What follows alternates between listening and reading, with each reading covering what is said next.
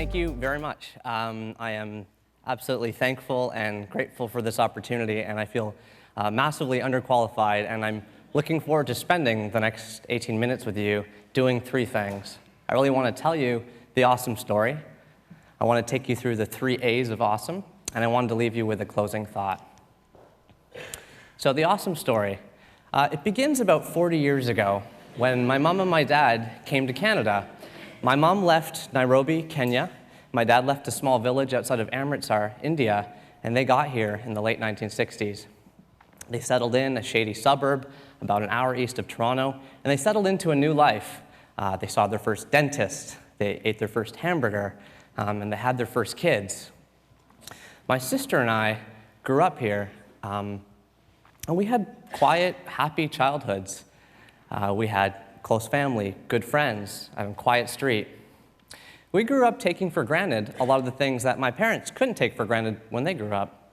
Things like power always on in our houses, things like schools across the street and hospitals down the road and popsicles in the backyard.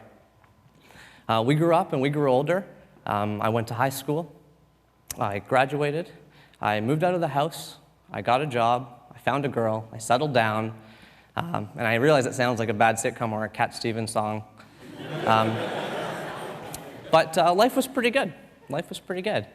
2006 was a great year. Under clear blue skies in July in the wine region of Ontario, I got married, surrounded by 150 family and friends. 2007 was a great year. I graduated from school, and I went on a road trip with 2 of my closest friends. Here's a picture of me and my friend Chris on the coast of the Pacific Ocean. We actually saw seals out of our car window, and we pulled over to take a quick picture of them and then blocked them with our giant heads. So you can't actually see them, but it was breathtaking, believe me.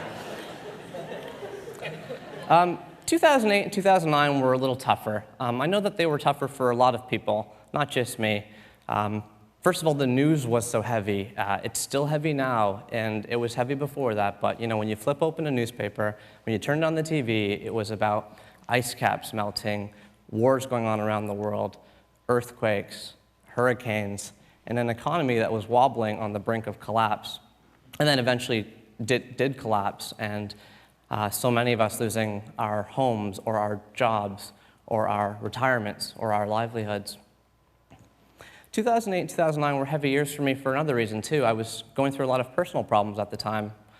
My marriage wasn't going well, and we just were growing further and further apart. One day, my wife came home from work and summoned the courage, through a lot of tears, to have a very honest conversation. And she said, "I don't love you anymore." And it was one of the most painful things I'd ever heard, and certainly the most heartbreaking thing I'd ever heard, until only a month later when I heard something even more heartbreaking. My friend Chris, who I just showed you a picture of, had been battling mental illness for some time, and for those of you whose lives have been touched by mental illness, you know how challenging it can be. I spoke to him on the phone at 10:30 p.m. on a Sunday night.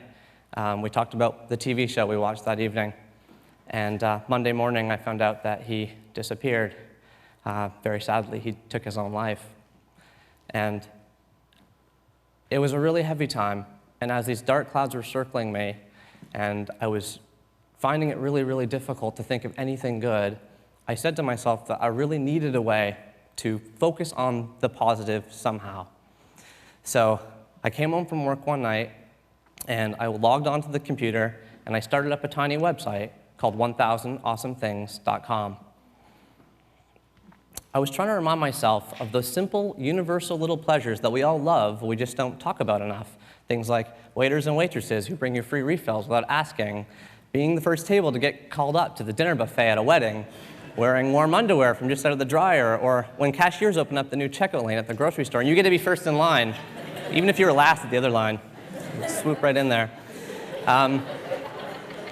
And slowly over time, I started putting myself in a better mood. I mean, 50,000 blogs are started a day. And so my blog was just one of those 50,000. And nobody read it except for my mom. Although I should say that my traffic did skyrocket and go up by 100% when she forwarded it to my dad. And then I got excited when it started getting tens of hits. And then I started getting excited when it started getting dozens, and then hundreds, and then thousands, and then millions. It started getting bigger and bigger and bigger. And then I got a phone call, and the voice at the other end of the line said, "You just won the Best Blog in the World award." I was like, that sounds totally fake.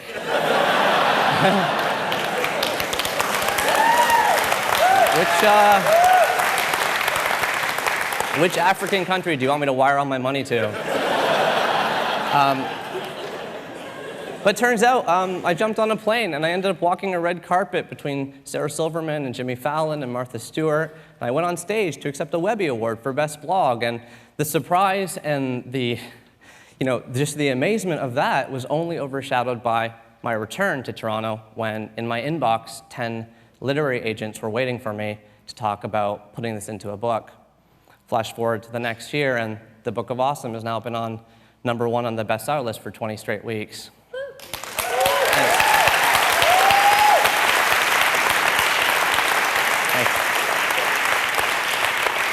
But look, I said I wanted to do 3 things with you today. I said I wanted to tell you the awesome story, I wanted to share with you the 3 A's of awesome, and I wanted to leave you with a closing thought. So let's talk about those 3 A's. Over the last few years, I haven't had that much time to really think. But lately, I have had the opportunity to take a step back and ask myself, what is it over the last few years that sort of helped me grow my website, but also grow myself? And I've summarized those things, for me personally, as 3 A's. They are attitude, awareness, and authenticity. I'd love to just talk about each one briefly. So attitude. Look, we're all going to get lumps, and we're all going to get bumps. None of us can predict the future, but we do know one thing about it, and that's that it ain't going to go according to plan. We will all have high highs and big days and proud moments of smiles on graduation stages, father-daughter dances at weddings, and healthy babies screeching in the delivery room. But between those high highs, we may also have some lumps and some bumps, too. It's sad, and it's not pleasant to talk about, but your husband might leave you. Your girlfriend could cheat. Your headaches might be more serious than you thought, or your dog could get hit by a car in the street. It's not a happy thought, but your kids could get mixed up in gangs or bad scenes. Your mom could get cancer. Your dad could get mean. And there are times in life when you will be tossed down the well, too, with twists in your stomach and with holes in your heart.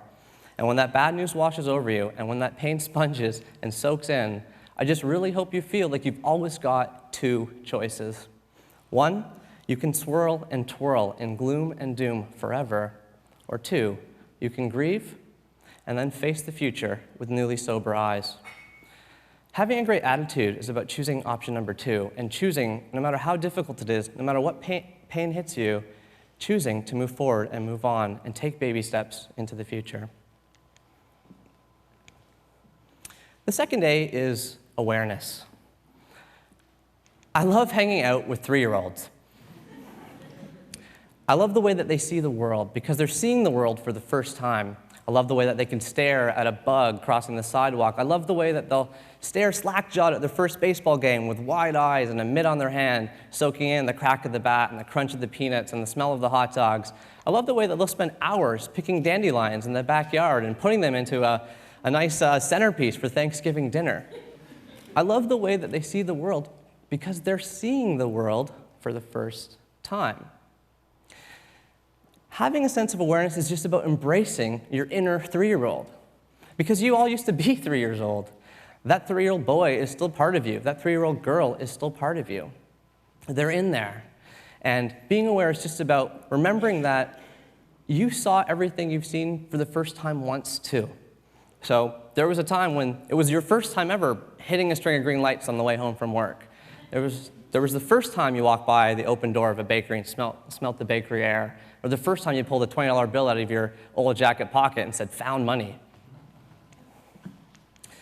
The last A is authenticity. And for this one, I want to tell you a quick story. Let's go all the way back to 1932, when on a peanut farm in Georgia, a little baby boy named Roosevelt Greer was born. Roosevelt Greer, or Rosie Greer, as people used to call him, grew up and grew into a 300-pound, 6'5" linebacker in the NFL. He's number 76 in the picture. Here he is, pictured with the fearsome foursome. These are four guys in the LA Rams in the 1960s you did not want to go up against. They were tough football players doing what they loved, which was, crushing skulls and separating shoulders on the football field. But Rosie Greer also had another passion. In his deeply authentic self, he also loved needlepoint. He loved knitting. He said that it calmed him down, it relaxed him, it took away his fear of flying, it helped him meet chicks. That's what he said. I mean, he loved it so much that after he retired from the NFL, he started joining clubs, and he even put out a book called Rosie Greer's Needlepoint for Men. And it's a great cover. He's actually, if you notice, he's actually needlepointing his own face.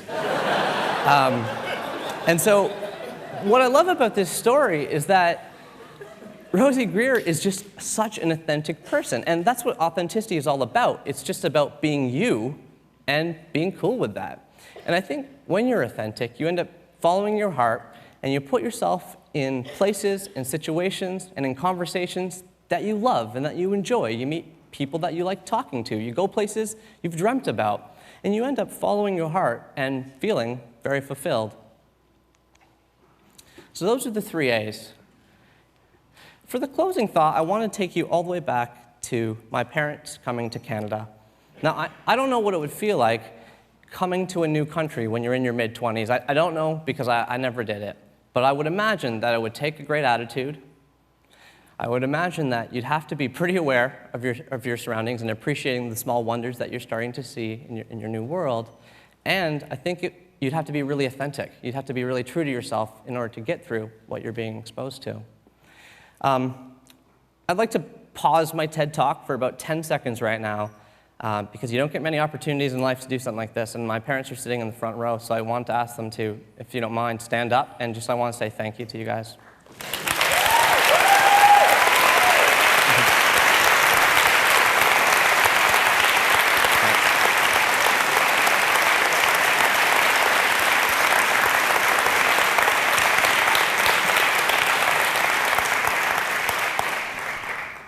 When I was growing up, my dad used to love telling the story of his first day in Canada. And it's a great story because what happened was he got off the plane at the Toronto airport, and he was welcomed by a nonprofit group, which I'm sure someone in this room runs. And this nonprofit group had a big welcoming lunch for all the new immigrants to Canada. And my dad says he got off the plane and he went to this lunch, and there was this huge spread. There was bread. There was those little mini dill pickles. There was olives, those little white onions. There was rolled up turkey cold cuts, rolled up ham cold cuts, rolled up roast beef cold cuts, and little cubes of cheese. There was tuna salad sandwiches and egg salad sandwiches and salmon salad sandwiches. There was lasagna. There was casseroles. There was brownies. There was butter tarts.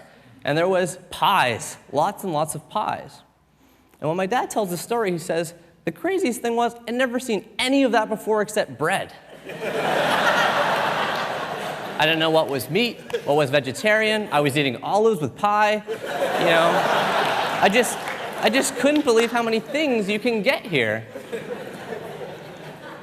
When I was 5 years old, my dad used to take me grocery shopping, and he would stare and wonder at the little stickers that are on the fruits and vegetables. He would say, look, can you believe they have a mango here from Mexico?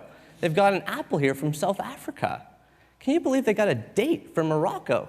He's like, do you know where Morocco even is? And I'd say, I'm 5. I don't even know where I am. Is this A&P? And he'd say, I don't know where Morocco is either. Well, let's find out. And so we'd buy the date, and we'd go home, and we'd actually take an atlas off the shelf, and we'd flip through it until we found this mysterious country. And when we did, my dad would say, can you believe someone climbed a tree over there, picked this thing off it, put it in a truck, drove it all the way to the docks, and then sailed it all the way across the Atlantic Ocean, and then put it in another truck and drove that all the way to a tiny grocery store just outside our house so that they could sell it to us for 25 cents. And I said, I don't believe that. He's like, I don't believe it either. Things are amazing. There's just so many things to be happy about. And when I stopped to think about it, he's absolutely right. There are so many things to be happy about. We are, the only species on the only life-giving rock in the entire universe that we've ever seen capable of experiencing so many of these things. I mean, we're the only ones with architecture and agriculture. We're the only ones with jewelry and democracy. We've got airplanes, highway lanes, interior design and horoscope signs. We've got fashion magazines, house party scenes. You can watch a horror movie with monsters. You can go to a concert and hear guitars jamming. We've got books, buffets, and radio waves, wedding brides, and roller coaster rides. You can sleep in clean sheets. You can go to the movies and get good seats. You can smell bakery air, walk around with rain hair, pop bubble wrap, or take an illegal nap. We got all that, but we only got 100 years to enjoy it. And that's the sad part. The cashiers at your grocery store, the foreman at your plant, the guy tailgating you home on the highway, the telemarketer calling you during dinner, every teacher you've ever had, everyone that's ever woken up beside you, every politician in every country, every actor in every movie, every single person in your family, everyone you love, everyone in this room, and you will be dead in 100 years. Life is so great that we only get such a short time to experience and enjoy all those tiny little moments that make it so sweet. And that moment is right now, and those moments are counting down, and those moments are always, always, always fleeting. You will never be as young as you are right now. And that's why I believe that if you live your life with a great attitude, choosing to move forward and move on whenever life deals you a blow, living with a sense of awareness of the world around you, embracing your inner 3-year-old and seeing the tiny joys that make life so sweet, and being authentic to yourself, being you and being cool with that, letting your heart lead you and putting yourself in experiences that satisfy you, then I think you'll live a life that is rich and is satisfying. And I think you'll live a life that is truly awesome. Thank you.